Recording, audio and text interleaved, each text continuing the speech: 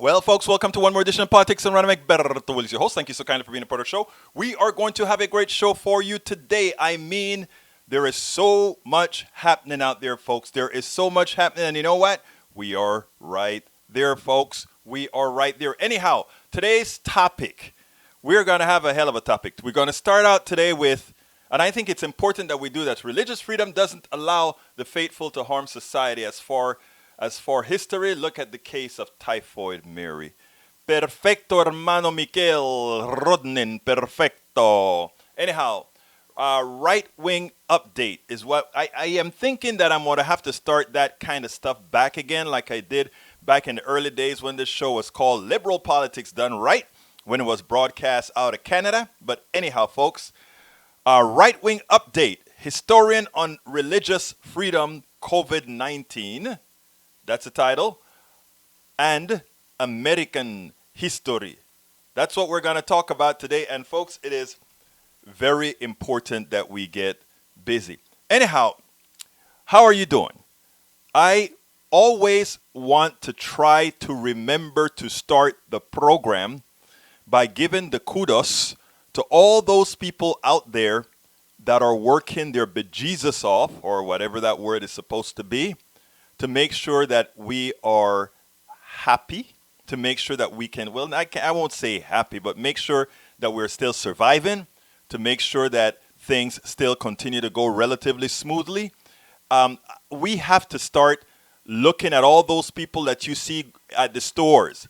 Look at all those people that when you go into your grocer and you see that person that is doing all these things that you are not doing because you can stay at home. You have the wherewithal to stay at home. Let's be thankful. Whenever I go out there now, whenever I go to the grocery store, maybe once a week, once every 2 weeks, or whenever I am told to go, every single person in that store that I pass by, and I really mean this, I am very honest in the way I do it. I'm very humble in the way I do it. I thank them. Because I tell you what, if there weren't people out there that are working at the gas stations, if there weren't people that are working at the grocery store, at McDonald's, and everywhere else that people are working, those of us who have the wherewithal to stay home, we couldn't, we wouldn't. So let's go ahead and give those folks a big thank you again. So all of you out there, thank you so kindly. Thank you so kindly. Okay, let's get busy with the show. Subtitle of the show, and I better hurry and bring it up because they're talking and kind of get wieldy. All right. Right-wing Tea Party-like micro-protests are erupting. Dr. Emma Long discusses how history, COVID-19, freedom, and American history applies. Is the right-wing Tea Party history repeating itself? Is that what's happening? We will get an amplified movement not commensurate with its true size in the age of Donald Trump, or will we? It may seem so, but I tell you what's been happening, folks. If you listen to Katie Tur yesterday, you listen to Lawrence O'Donnell yesterday, it is clear. It is clear. Thank you very much, Derek Bell. It is clear that what we have is a people that don't, or some in the mainstream media that don't intend to get themselves snowed. So no, we won't get that happening at all. In the second part of the program, Dr. Emma Long discusses these issues and more with us. Who is Dr. Emma Long? Emma Long is a joint American Studies at UEA. I messed that up earlier today as well. In January 2013, having taken her undergraduate degree, American Studies, and PhD in History at the University of Kent, Emma was first attracted to American Studies as a subject by the idea of a year abroad and has since found many reasons to stay. Emma has fond memories of being in Wisconsin. She's been in Wisconsin, so other than writing about America, talking about America to her class and talking about things like rebuilding constitutions, etc., She was here, so she got to see a lot of our dynamics. So we got into a whole lot of that kind of talking in the interview. I think you're going to like that. But anyhow, let's start the program.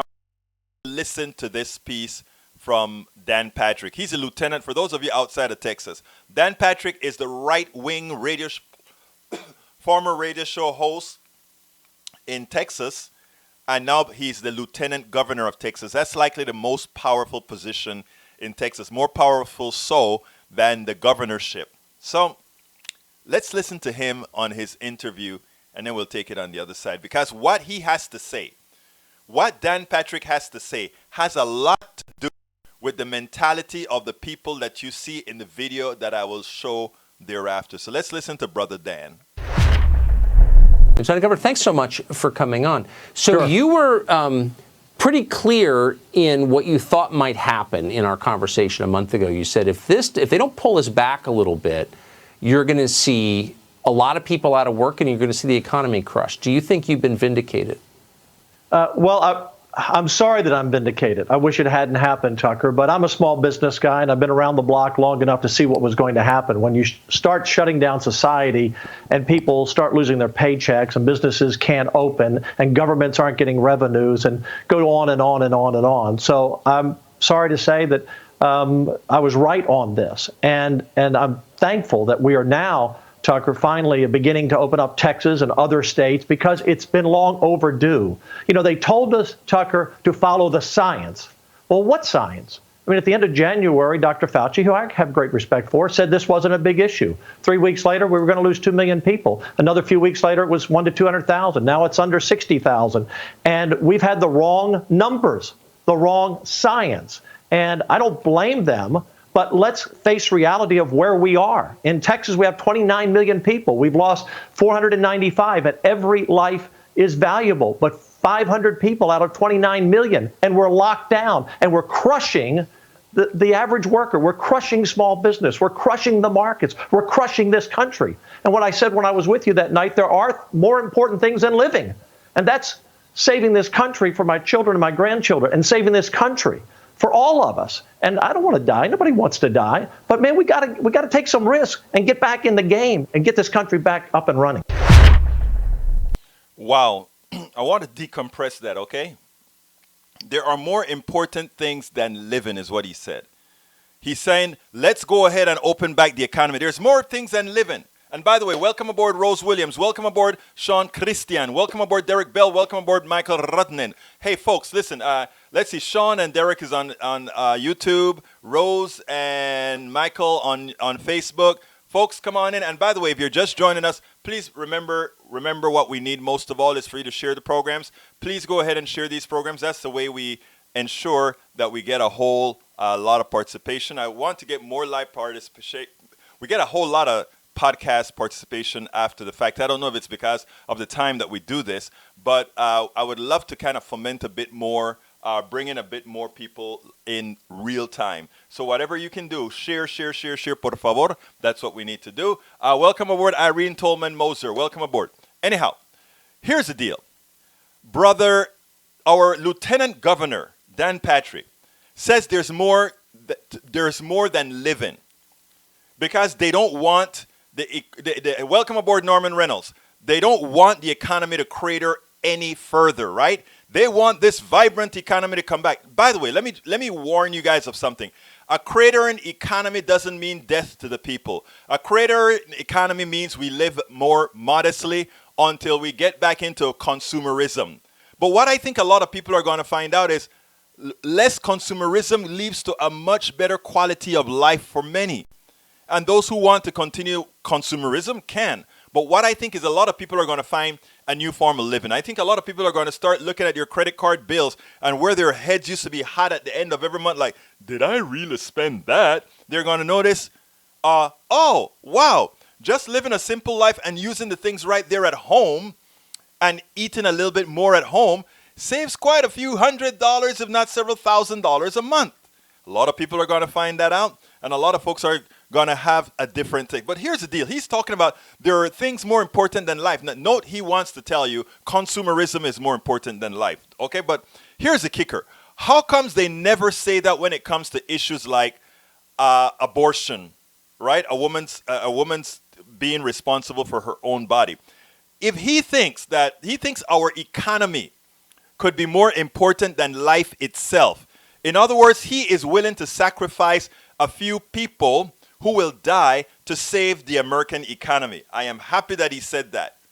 Because under that same morality, he should realize that a woman's pregnancy has economic effects as well. A woman's pregnancy can determine her entire economic outcome if she never wanted to get pregnant. And she did. So it is amazing for these males how when there are issues that are particular to a lot of males or that males are involved as well in, that the purpose of life, the sanctity of life, doesn't really hold as much in this case, but the sanctity of life when it comes to keeping the economy going means everything. What hypocrisy. I want you guys to think about that. So I'm going to say it in a soundbite that I can go ahead and post later on because this is important. Dan Patrick and the right wing and the Tea Party and Republicans believe that a few lives are worth it to keep the American economy in the current state that it is in, meaning a vibrant economy that matters to a few, but they are against one life.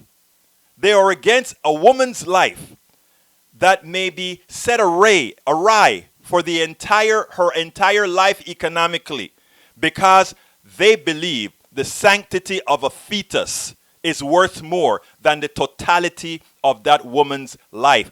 But the sanctity of the life of grown people is not worth, it's worth, or the death of that grown person is worth dying for to keep the economy at bay. Now, I want you guys to understand that because I don't hear that argument on TV. I don't hear that argument. I don't hear how they don't, when they interview Dan Patrick or when they interview like a woman in the mayor of Las Vegas that I'm going to put up tomorrow. Why don't you bring that up? If you believe a few lives are worth it, then aren't a few lives worth it if a woman's entire outcome will be different? Of course it is. And first of all, that is the assumption, that is if you assume an unborn fetus, a blastoma or whatever, is a life. Personally, I don't. But who am I? I am not a biologist, so I don't know that kind of stuff. But if we want to be morally consistent, if we do not want to be intellectual hypocrites, then we have to look at it that way. So you wonder why is it that people can have these, we call it these ways of thinking, trastornados, these ways of thinking that are convoluted. Why? When you hear a Dan Patrick like that, it is not hard to see why our brothers and sisters on the right fall into the trap. Because they say it with such passion, they say it over and over again, and what they don't want to say, they don't. So they will never bring up abortion in that discussion there, because we'll say, we've always noticed that you don't mind the life of an adult. We've always noticed that. You doubt me? Think about this. Think about the policies that the right supports. They don't want things like midnight basketball. Well, midnight basketball in the days of Clinton saved a lot of lives, right? Because guys that would have been on the outside doing no good, getting in trouble, having a gun, shooting up each other, they were busy competing in playing basketball. Let me tell you something. If you think those guys running around with guns don't much prefer sitting playing the fun thing of basketball than shoot them up and running from cops. No, it is something to do.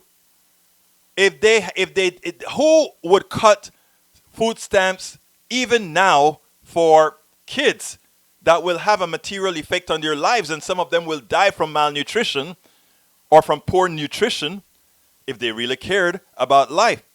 but they only care about life of a fetus when it makes a ideological sense, right? How comes they lock so many people up or believe in these policies that lock people up where we know once you get a sentence to the pen, your life is over?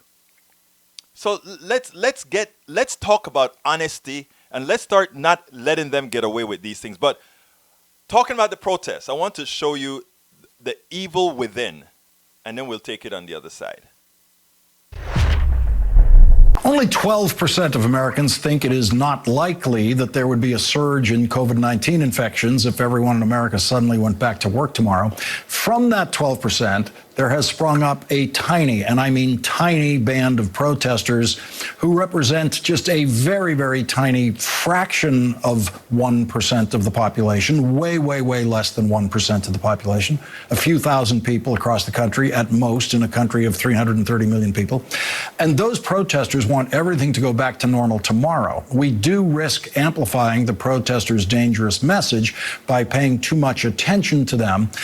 But we think it's worth seeing one moment of the protest to show just how sick some of these protesters already are. In this video, you will see one of the brave frontline heroes in this fight, a nurse in Denver yesterday, standing in front of a vehicle containing a woman who screams at the nurse to go to China. A nurse who is standing there to save that woman's life, a nurse who remains standing there after the woman tells that nurse to go to China.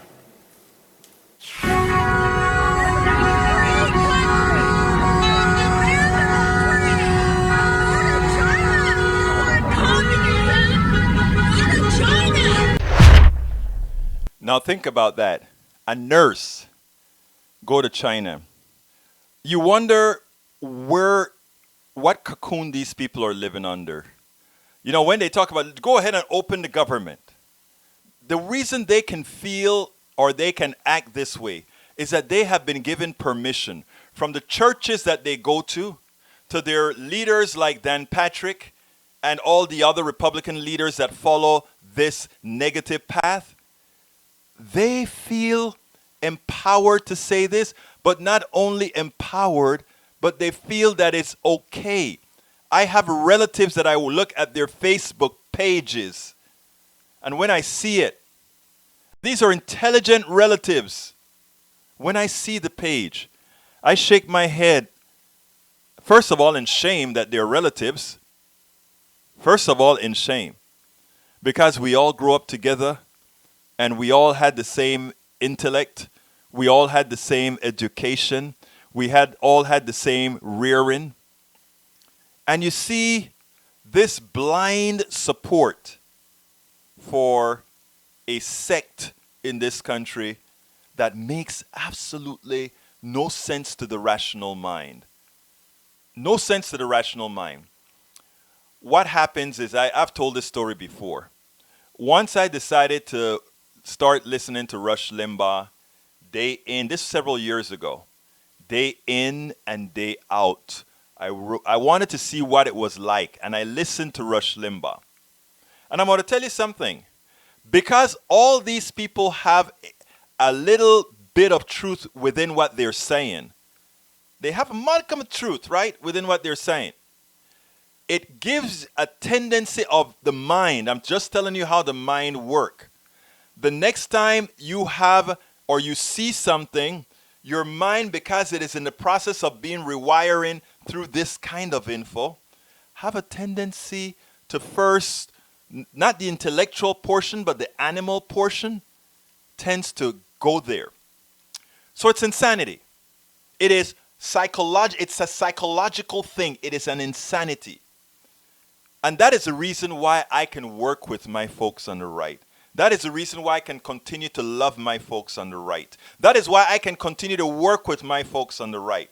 Because I feel that just like me having listened to Rush Limbaugh for a long time and have seeds planted, our seeds, and I'm not just talking about me, you guys got to do it as well if we're going to change the whole country, right? Those seeds as well get planted into them. And I have experience in that happening, in folks later on, unsolicited, coming to you and saying, hey, man, you remember when you were saying that? Man, I guess you were right, I guess you're right. I've even had folks come back and say, hey, you know what? I'm ashamed. And my first thing to that person is, no shame, man. No shame. No shame. Welcome to the fold. Let's move on. Now you have a big job to do. Because what happens when you've turned somebody, and not you turned somebody, they turned themselves. But when they left themselves open to the truth, their biggest problem is going back into their fold. Because what happens then is peer pressure takes over. Peer pressure take over, and it's hard for them to do what it is that they need to do. But it's becoming time for me to go ahead and put Emma Long on, Dr. Emma Long. Dr. Emma Long, I found her through a podcast and that I listened to, and I really liked what she had to say. So I contacted her and went ahead and sent an email, told her who we were, and said, hey, I know you're in England, but can we go ahead and tape this stuff right now? I love what you had to say. Can I talk to you right now?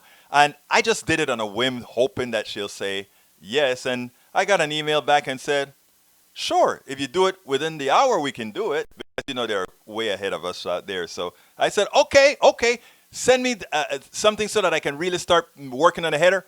And she made it happen. So I want you to listen to Dr. Emma Long, and then we'll take it on the other side. So here we go. Dr. Emma Long. Welcome to another segment of Politics Done Right. I'm Egberto Willies, your host. I'm honored to have Dr. Emma Long, PhD, with us today. Who is Dr. Emma Long? She is a senior lecturer in American Studies at the University of East Anglia. For those who don't know, that is in the UK. She has interests in religion, law, and quite a bit more. But let me tell you what got I'll tell her first. Welcome aboard, Dr. Long. How are you doing today? I'm good, thank you. Thank you for having me. Well, absolutely. So let me tell you, one of the things that excited me about interviewing you is I watched a podcast of you earlier today, and you are somebody from outside of the United States who lived in the United States, who likes to study the United States. And I think we are a country now that is due a hell of a lot of study based on what's occurring out here. And I noticed that you're into both religion and you're into history. And I think there's a hell of a lot of intersectionality occurring in that regards in the United States right now. Certainly. In the US, religion's been a major part of American history in lots of different ways and lots of different areas. But yes, it's certainly coming to the fore in recent years with President Trump making overt appeals to the religious community, and particularly in the context of the COVID-19 outbreak, there's some tensions there that are coming to the surface in the debates about how the governments of the states and the federal government should respond to it. Now, I find it interesting that you started out with Donald Trump, and about Donald Trump seeking his support from the religious base, specifically the evangelical base in the United States. Don't you, as looking in, find that a bit ironic, knowing the history or his moral being, if you will? I think to a lot of outsiders, it does seem very strange. And in fact, there's a divide in the evangelical community over the extent to which evangelicals should support Trump and his policies. So it's not necessarily straightforward connection. But yes, I think to a lot of people outside of the politics, particularly conservative politics in the United States, it does seem like a strange connection between people who speak about living a Christian life and following the demands of the requirements of the Bible, with a man who, to a lot of people, simply doesn't embody those qualities in any way, shape, or form. The response to that from many evangelicals is that everybody is a sinner, and everybody has the opportunity to repent, get better, and so So those arguments have been around really since Trump was a candidate before he was elected, and I think they're well rehearsed in discussion about Trump's religiosity or otherwise. Now, doesn't you talk about everybody being a sinner? Doesn't being reaccepted or the like comes with something called atonement for what one has done? And then he once say he doesn't think he need to ask God for forgiveness for anything. Yes, he did indeed, which makes that argument a rather difficult one to make. But there are people who are willing to hear that argument. Now, I find that a lot of the evangelicals may be transactional here with with our president, and that is that they may think that they are getting all that they need out of him. But I heard on a podcast that you did, where you brought in the word that the Tea Party has been using for some time, that many in these areas use, and that is freedom, and not only having to do with Christianity, but the I guess it's that interface between government and religion. Why don't you expand on that? Sure. So there are a number of different debates here, but of course you've got religious liberty, the freedom of religion embedded in the US Constitution, and debates about what that means and how far that goes have obviously been a major part of American politics, certainly in the last half century, but have really come to the fore in the last 20 years or so as conservative activists have really sought to use the judiciary and their legal language to build a case for the protection of the rights of largely Christians in the United States.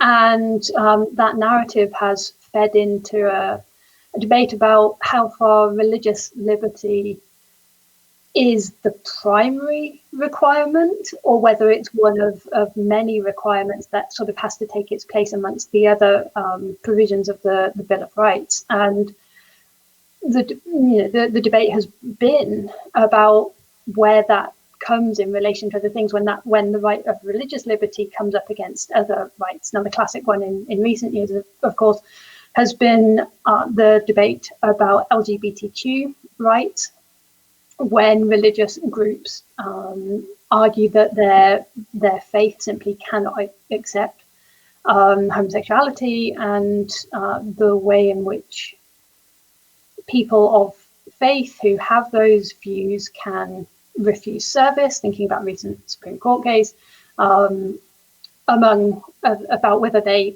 have to accept marriage equality. So it's been on the agenda for a very long time. And of course, it's a really fundamental issue, because it is putting people who really strongly hold to their beliefs in collision with each other. Now, in your studies, when you do a comparison, let's say, of the United States in regards to these, many of them call them moral issues. I really call them ideological issues.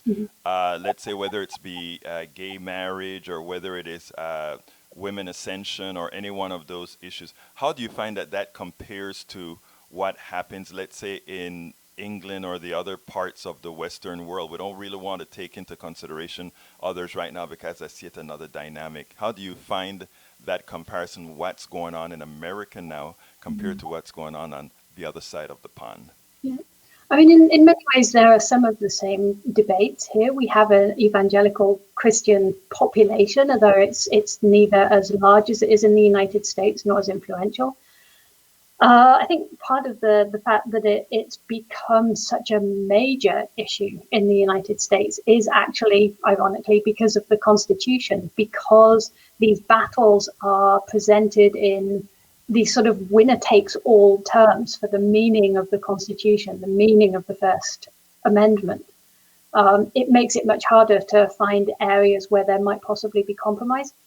Whereas in the UK, we don't have that. We do have a constitution, but it's largely unwritten, and it's made up of the laws that exist at any particular moment in time, which means it's not it's not quite such a battle in the same way. So there is room for discussion and negotiation and compromise and finding middle ground. But the nature of American politics, as it's become increasingly polarized, and not just in the last 20 years, but in the last 40 years or so, means that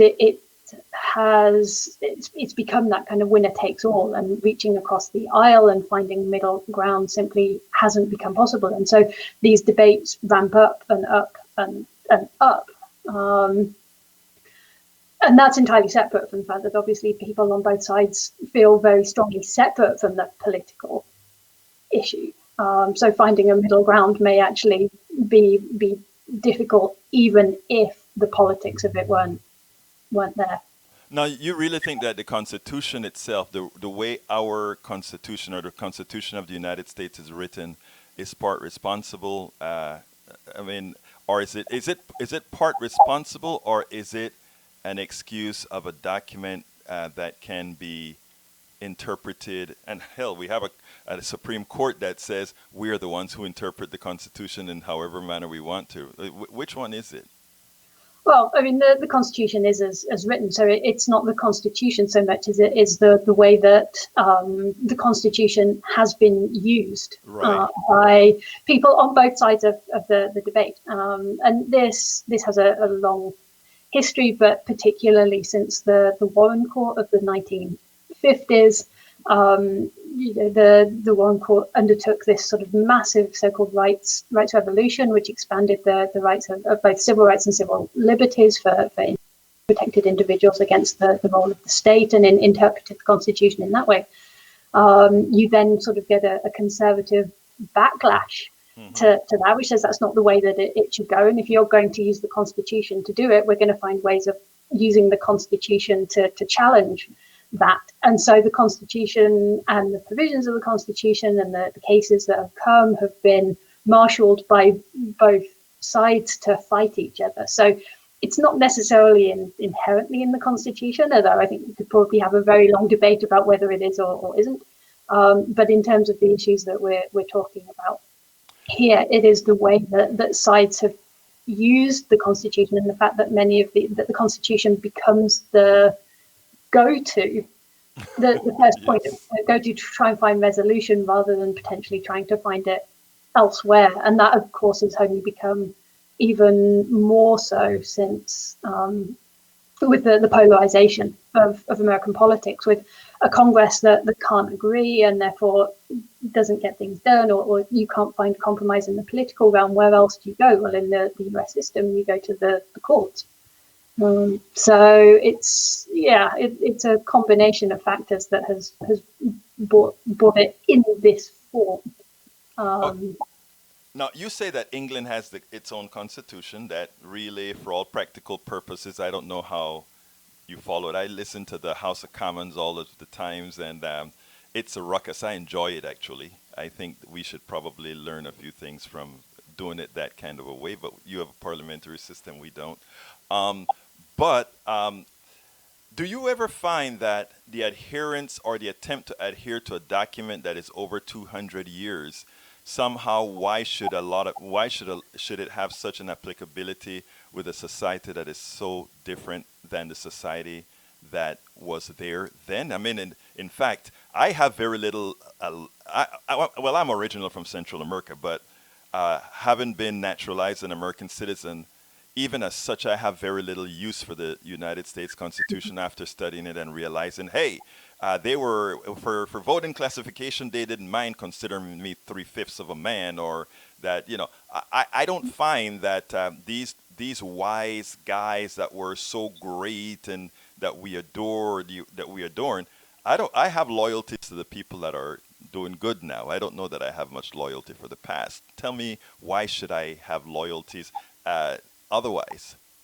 I think that there may be something about being an outsider and not having been brought up with the Constitution as the thing that is there that you revere. And certainly I know when I talk to my students about the American Constitution, one of the things we sort of say is you have to stop putting it on a pedestal.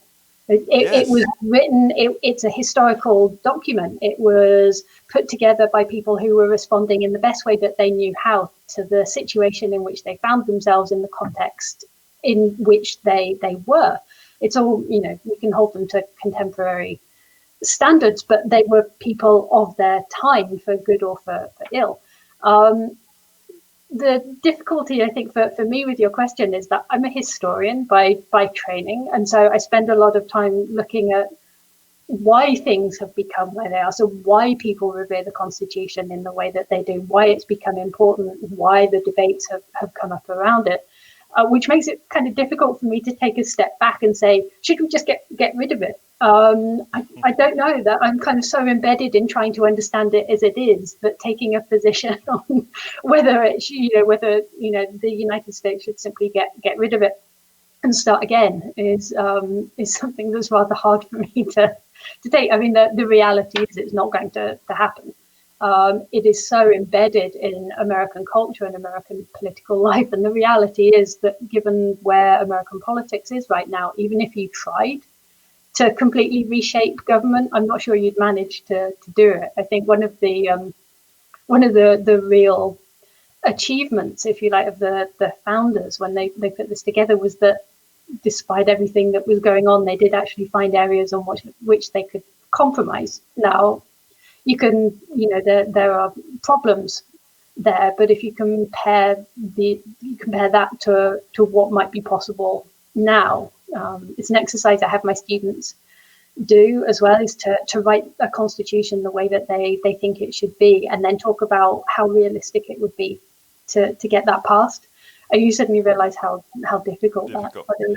I agree. I must agree. Now, let me jump to England or to the United Kingdom real quickly, just for a short question.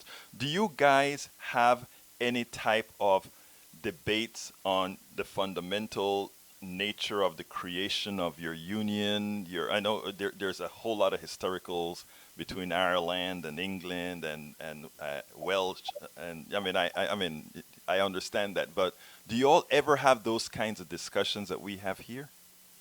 It's been more of a debate in recent years, actually. If you're familiar with the Brexit debate, yes, and Britain's misguided, should we say, decision to leave the European Union back in 2016, and finally having started that process at the beginning of this year, because ultimately Scotland, part of the UK, but a country in its own right historically and in many ways today, the majority of the population in Scotland voted to remain in the UK, and so there have been debates sort of since 2016, and in fact a couple of years before that there was a referendum vote in Scotland about whether Scotland would be an independent country. So actually in recent years there has been more of a debate about the nature of the union, and inevitably once you start having debates about the relation of Scotland to England, you then start having discussions about the relationship of Wales to England, and the question of Northern Ireland and Northern Ireland's relationship to the Republic of Ireland, and also UK. Of course, that has its own complicated history. Right. Was also fed into debates about Brexit. So if you'd have asked me 10 years ago, I would have said that growing up here, there hadn't really been a debate about that, although I grew up in England. So it's possible that there were more of those debates in Scotland, Wales and Northern Ireland. But in the last few years, it's come to the surface a little bit more, but certainly not quite in the same way as we're used to seeing in the US, where it seems like almost every other political debate is about some kind of fundamental principle that relates to the Constitution and the nature of the Union. And we're seeing it again, actually, at the moment, the protests over state lockdowns, over COVID-19, and the question of what power and influence the president may or may not have to shape governors' responses to that is a reflection of that question in the US about the relationship between states and the federal government that goes right back to the founding. Well, you brought that full circle to my last question, which has to do with the protests that we've been having here in the United States. Recently, they're very small, but as usual, the right wing has a way of commanding more TV audience than the left, when they may get 10 or 15 people and they get the response that 100,000 people would get on the left. But anyhow, that's another subject. These people are really fighting about their freedoms to go out and work. So the last question is this: when does the freedom of others with respect to a disease like COVID-19 impact on the freedom of others, and how do we mitigate that? Because I think right now, a person deciding that they want to go out there irrespective with a disease, they also put my life in danger. Yeah, and of course everywhere is having these debates. We're having them in the UK, where we have a similar kind of lockdown, although the government doesn't like using that term. So yeah, there are real questions about that balance, and in some ways it's a much bigger question. It's about questions of social responsibility and the responsibility that you as an individual have to the community in which you live. It's a question about the American economy and the nature of an economic system that is based so heavily on informal contracts and 0 hours contracts and the gig economy, which means many people have been very badly hurt by the lockdowns and people's need to put food on the table, which of course is a genuine concern. A lack of a really strong social welfare program.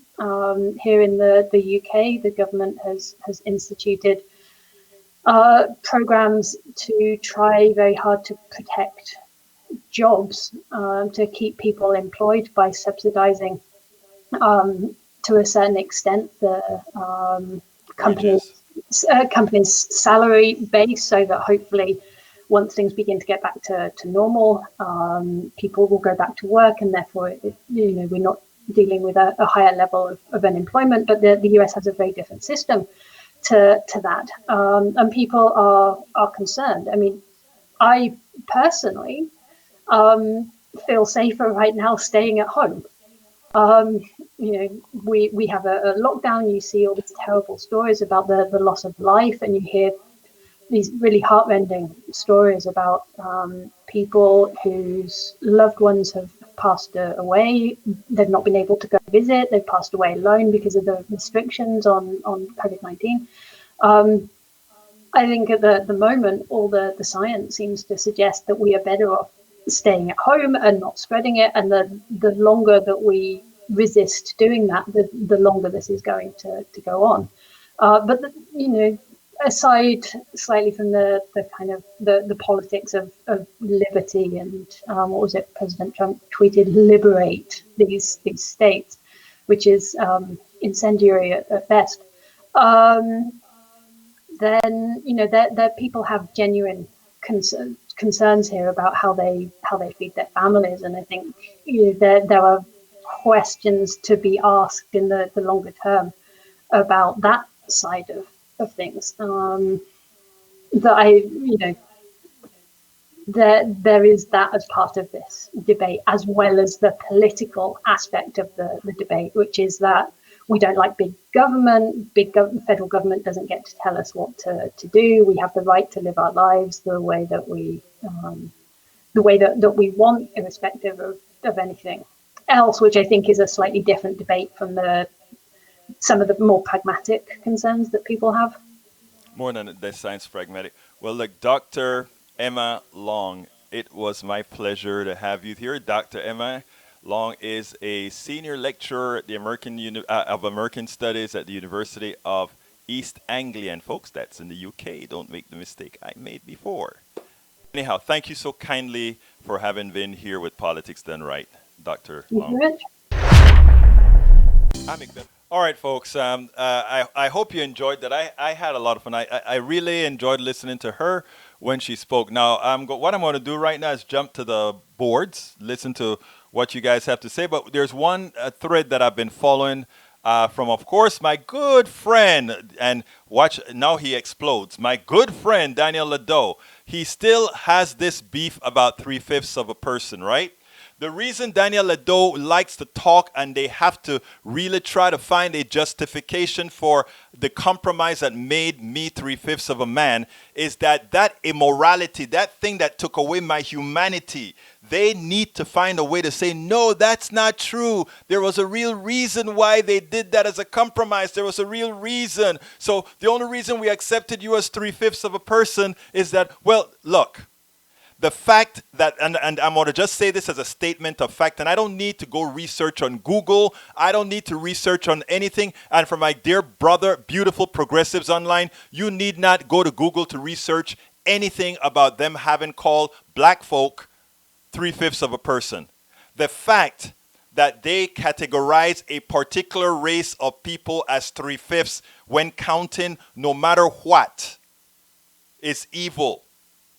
Don't let anybody try to find justification. The document, when written, had several evils in the document. There were many things in this country that were done that were evil.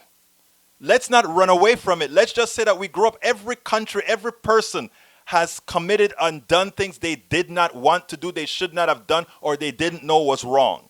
It doesn't matter. It is okay. It is not okay, but we understand it is what makes us human. Let's not try to deify the founding fathers for having called me 3/5 of a person. Don't ever try to do that. It undermines the intelligence of people. The document made a whole lot of errors. That women weren't really part of the voting or were not really counted. That people who didn't own land didn't have that much power. It's not a democracy or constitutional republic or whatever the hell you want to call it. Let's be frank here. The document was a very, very flawed document for many. It was a solid, good document for those who wrote it, because all from the economic stance and furthermore, the Constitution is an economic document. Or I should call it what does David Cobb, a preeminent expert on this stuff, calls it a property document.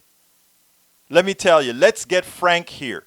There are a lot of there are good points to that darn document, but there is a hell of a lot of bad points to that document. And for those people who had to live through it to get past the 10 amendments, they know it. Okay? Black people, Indians, women, all these people had to be, the aggrieved people had to be then protected later on with amendments to the Constitution. So let's not deify or make these guys the best thing since apple pie that had so much genius and foresight. They didn't. They tried to create a country that would work, and they did. Good job. But let's not dare try to deny the pain of women. Do not dare deny the pain of black people. Do not dare deny the pain of the indigenous from the walk, the Trail of Tears on. Let's not dare disregard all the negatives, the savagery that occurred under these people. Let's not do that. And that is why a lot of people around the world, when you come and talk to them about democracy without atoning, when you talk to them about freedom without atoning, when you talk to them about all these things you want them to do, all they have to do is turn around and say, but didn't you do that yourselves? And aren't you a good people now? When we talk about our big concern about North Korea dropping the bomb, or that Russia dropping the bomb, or India dropping the bomb, or Pakistan dropping the bomb. Remember, the only country that has ever used a nuclear bomb on other human beings, we were the only country that did that. So let's be clear here. You can sing glory, glory, hallelujah until you atone and be what we claim we are. Nobody's listening. Remember that. Yes, you can have the most powerful army in the world. You can have the most powerful weapons in the world. And that gets people to stay rather quiet. But not because one is quiet, mean they do not understand what you're all about. And at some point in time coming soon, you're going to see that the good is going to emerge. That good people are the ones that are going to eventually emerge out of all this thing. Because a whole lot of times, when you plant stuff, you plant a lot of stuff in crap. But out of that, good stuff comes. So please, don't undermine. You don't have to, there's no hatred here. There are no lies here. There's not one thing that I just stated that wasn't true. You name me one thing that I just stated that was a lie. Please do. Mr. Ledo, you said, whoa, such lies and hatred from Egberto. I guess this works for people who buy into his lies. Tell me, you have the platform, Mr. Ledo, or you can give me a call at 646-716-5812. What lies have I just told? Name me one, sir. Name me one lie that I've just told. You simply cannot, because I didn't. Anyhow, I love all you guys that are here with me today. Welcome E from YouTube. Rose William, welcome aboard. Nice seeing you again. Actually, Rose, the other day I replayed your interview. That is a wonderful interview that you gave on Medicare for All. Daniel Ledo, welcome aboard. Michael Rudnin, welcome aboard. Irene Tolman Moser, welcome aboard. I think I saw Mike Cisak, welcome aboard as well. Who am I missing? Look, guys, welcome all of you. Of course, my brother Norman Reynolds, Sean Christian, welcome aboard as well. Derek Bell, welcome aboard. All right, I'm going to go through this real quick because I only have like 4 minutes. So let's see. Religious freedom does not allow the faithful to harm the society. I agree with you right there, Michael Rudnin. Michael Rudnin also say healthcare workers and the maintenance workers are essential workers. Absolutely. Everyone else should stay home. Absolutely. Derek Bell says, keep up the good work, brother. Vote can not have this mess handled this crappy way next time. Keep up the good work. I will honor you, my brother Derek Bell. Sean Christian, the overpaid are off their estates and mansions while the essential and underpaid are forced to work. So true, so true, so true. Hi, Rose. Let's see. Macaroni willing to risk other lives for his own profits and those of his cronies. Exactly right. Norman Reynolds says, hi, everyone. Sean Christian says, work is an act of self-preservation, means of improving one's life. There's a word for that, and it's called it's not as good. Irene, let's say hypocrisy at its best. I imagine you're talking about something that I said. Boy, conservatives are real as something. It's amazing, man. It's amazing. Irene Tallman Moser said, protesters holding signs that say, my body, my choice. Yet I would give them money. You got that right, Irene. You're absolutely right. Irene Tillman also say bet money. I understand what you're saying. Lawrence Sims, my brother, says the argument about lives versus money to pay for health care for people was different from these same people when fighting against Obamacare. Oh, so true. You are a very smart man, Lawrence. Lived It says very accurate. And of course, Irene comes up with the chime. Unbelievable ignorance. Rose Williams says frontal lobe versus amygdala. Exactly. My daughter talks to me about that all the time, Rose. Let's see. Michael Rudnin says, U.S. Constitutional First Amendment, Congress shall make no law respecting. Let's see. Make no law respecting. So I can't read. My eyes just kind of did a number on me. Okay, Rose William, I guess. No, that's a joke between the two of you. Okay, let me see. I think I just got some new messages. All right. Let's see. Rose Williams says, thanks, Egberto. I can be here today because one of my student terms has postponed until tomorrow. Yeah, well, I tell you what, that, like I said, that was a very good interview, and I played it again. Daniel says, there is hatred for men who tried to give people that look like you semblance of humanity in an age that saw them as property. That, brother, is disgusting. That is a rather, I won't call it what it is. In other words, a group of white guys considered me a slave.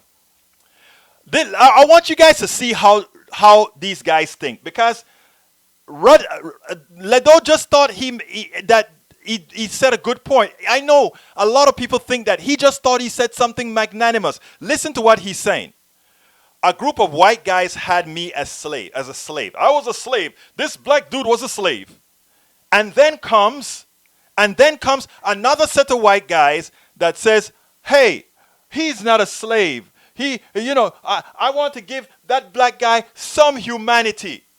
So, okay, I'll negotiate with you. We'll give that black guy, because according to Ledo, let's go what Ledo says. There is hatred for men who tried to give people that look like you some semblance of humanity. In other words, these other white guys, they took their authority to want to give me a semblance of humanity. How nice those white guys, the founding fathers who didn't want slavery, who some of them themselves had slaves, who didn't want slavery. So they're going to talk to these other white guys to give me a semblance of humanity. I don't need either set of these guys to give me the semblance of humanity. I am human. Don't you get it?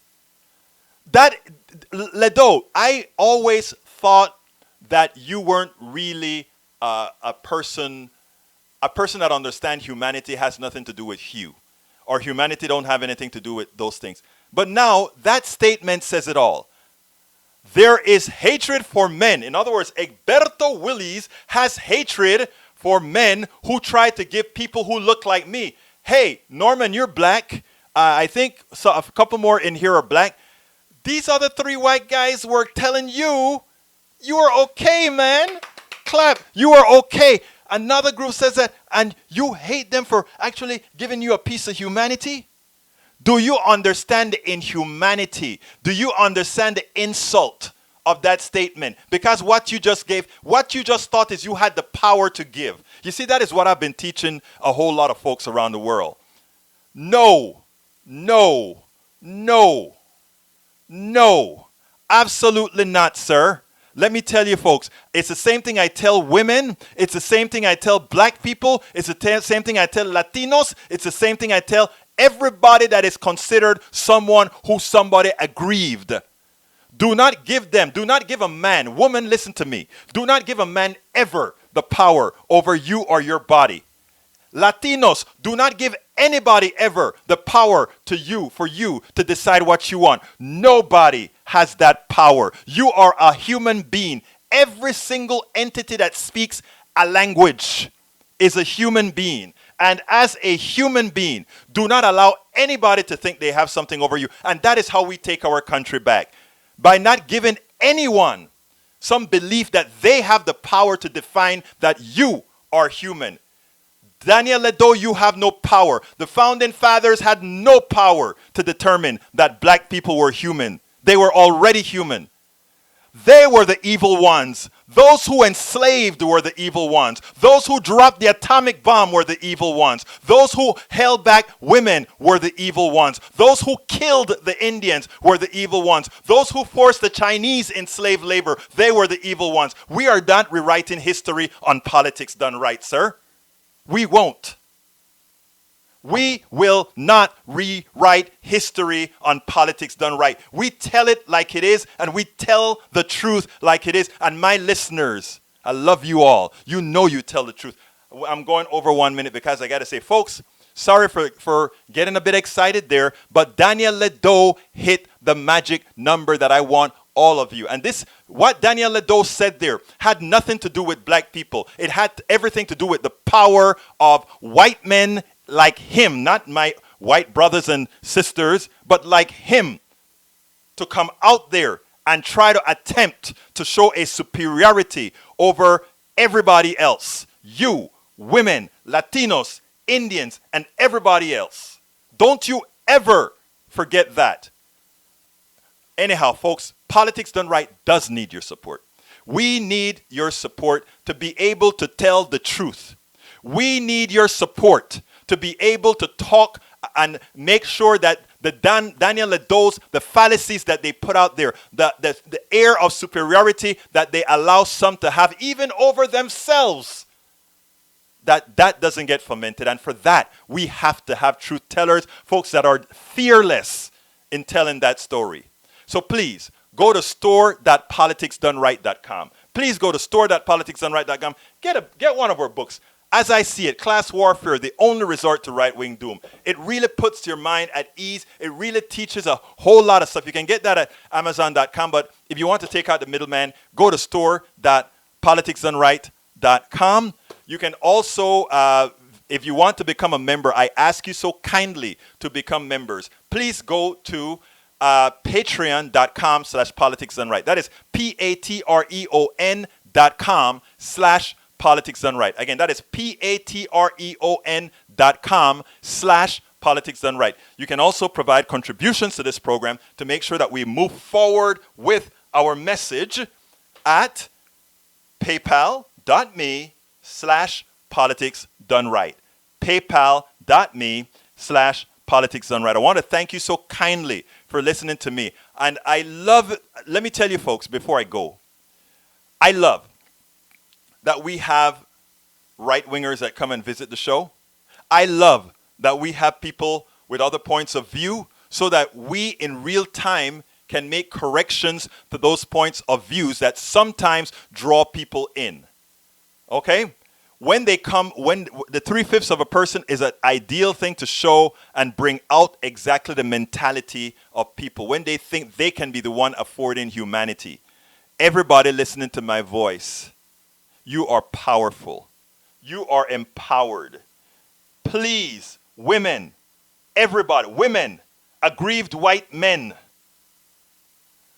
Latinos, Italianos, Chinese, everybody. I want you to never cede your power, never cede your humanity to nobody, no matter how they try. We are all human beings and we are all worthy. We all have the same worth as human beings. My name is Egberto Willies. This is Politics Done Right. And you know how I end this baby. I am what? Out! I'm Egberto Willies, host of Politics Done Right, an independent news program. I post several news videos of interest every day. I ask you so kindly to subscribe to my channel and please leave me some comments. Thank you very much.